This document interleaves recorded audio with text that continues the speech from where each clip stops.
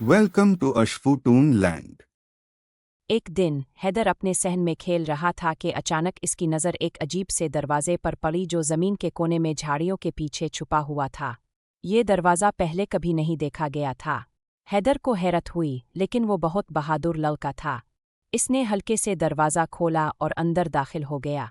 जैसे ही वो अंदर गया, इसे एकदम रोशनी और रंगों की दुनिया में ले जाया गया। वहाँ दरख्त बोल रहे थे, परिंदे गाना गा रहे थे और हिरन, बंदर, खरगोश सब आपस में बातें कर रहे थे। हैदर की हैरत की इंतहा ना रही। एक छोटा खरगोश इसके पास आया और बोला, खुशामदीद हैदर, हम सब तुम्हारा इंतज़ार कर रहे थे। हमें एक दोस्त की ज़रूरत है जो हमारी मदद करे। हैदर ने पूछा, किस चीज़ में मदद चाहिए?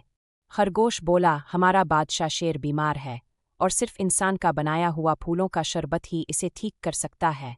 क्या तुम ये बना सकते हो? हैदर ने हामी भरी और जानवरों की मदद से जंगल में खास फूल तलाश किए। इसने बड़ी मेहनत से शरबत बनाया और शेर को पिलाया। शेर ठीक हो गया और खुश होकर बोला, और हैदर को दोस्त जंगल का खिताब दिया। जब हैदर वापस अपने सहन में आया, दरवाज़ा गायब हो चुका था।